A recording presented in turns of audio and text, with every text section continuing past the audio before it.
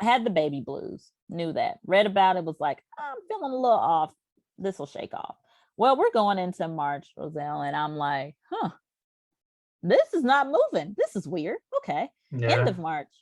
Boy, I can't seem to shake this. Okay, Sparkle, come on. Let's shake this.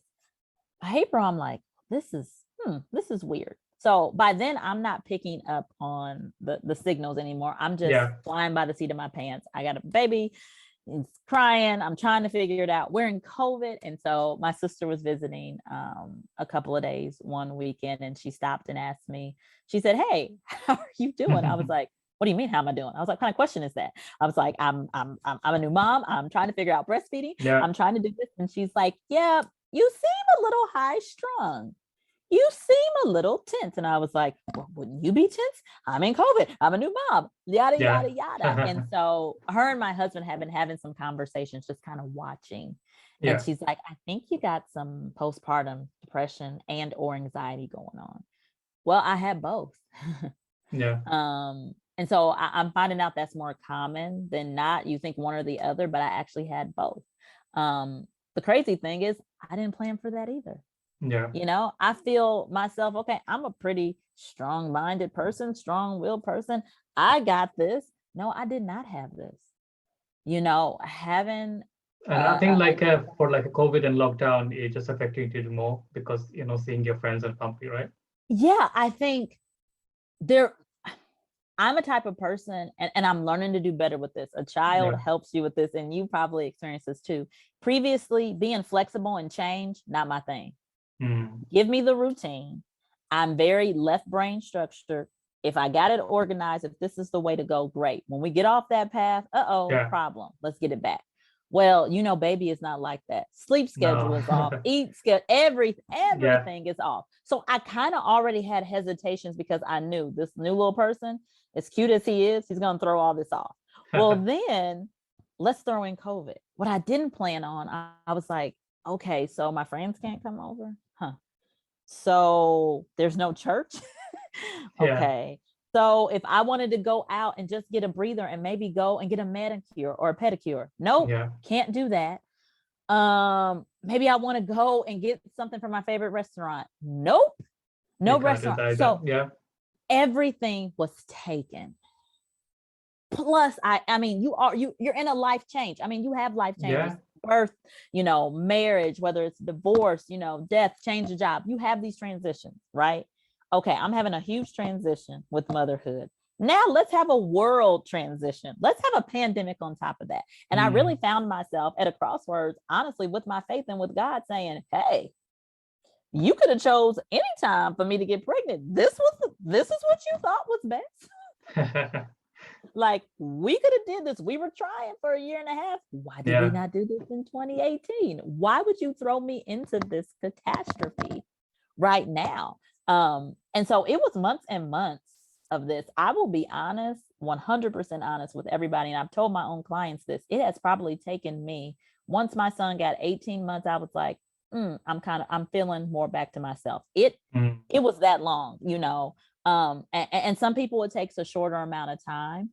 Yeah. I also will say, for, you know, your women audience who is listening, I also had to have a C-section. So that recovery is a little bit different.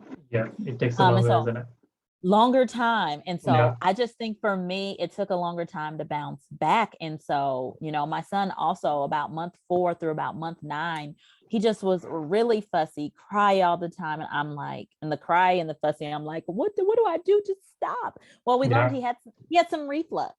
So we Right. had to go through 5 months of that until we got to month 9, until we finally got some x-rays. And then we had to, so all this stuff for a person who's a perfectionist and saying, this is the plan, nothing was going. And it's different for you when you have like your own child, like even though he's sleeping, you're checking is he breathing or not. You know, Yes. like that's a different feeling. Like it's not about perfectionist. It's like that things happens like when you become your parent. Like I can Yes. resonate to that because my father now is 6.5 months. So Yes. when I was like to see my nephew and nieces, wasn't that kind of feelings, you know? Yes. But even though they're fighting with each other, my nephew and nieces, I would have like let them fight. Now with my boy, if anyone tried to kiss him, I was like, whoa, wait, Yeah. let me Oh, check. wait. Like, yeah, like what's going Yes. on in there. So Yes. No. it's a different feelings, right? That is a very good point. So I am an aunt to two wonderful nephews. They are now about to be 13, 12 and 7. And I'm very close with them. I'm very close with my sister. And I was there for their birth.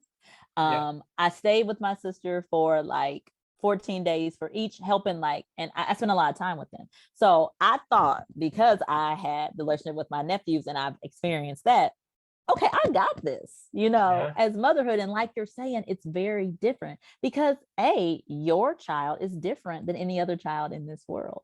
Yeah. And Sure. so the experience my sister had, I just remember being there with her, and they brought her, back up. She had a C-section as well, brought her back up, and she has the baby like under her arm, and so this is my vision, right? Roselle, this is what I'm thinking is going to Yeah. happen. And it didn't. And I'm like, well, what's going on? And I'm like, her kids didn't cry. My nephews just weren't criers. One of my nephews, like, you didn't even have to rock him to sleep. He just wore himself out, playing with his toys. You just scooped him up. So I'm thinking, this is how kids are. And then I get this Yeah. baby who cries, who cries all the time. He cries, and I have to rock them and console. And I'm like, did you give me the wrong child, Lord? Like, hey, wait, what's going on? And so all these things go through your head, including, like you said, that anxiety of, are they breathing? Are they okay? And so I think that part is almost normal, but I had that heightened sense where I'm like I would be sleeping, I'm wake up in a panic, and I'm like checking the baby monitor, and Yeah. and that's when okay, this is something maybe different, and you should talk to your physician, your doctor, about what's going on for sure, and maybe getting medication if that's the route that you want to go. But you already have that sense of protection over them, and Yeah. then when you heighten it with COVID, I think I was just in a whirthound. Yeah, it makes it like a 10 times worse, since like you Yes. get to see your friends and family to go out, like even to going for a walk and like having your own time Yes. and And seeing I like mean, people around you. I have friends, and you probably have experienced this too. I have friends, he's almost 2, he'll be 2 in February. They haven't seen him Yeah. except on Zoom. And they're like, there's no way I would have thought that I wouldn't, be there and holding him and helping. I'm like, yeah, I know, but you guys, you couldn't be here. You couldn't come over, couldn't come down to visit. The best Yeah. thing I could do, like you said, we would get out, I would take walks with him.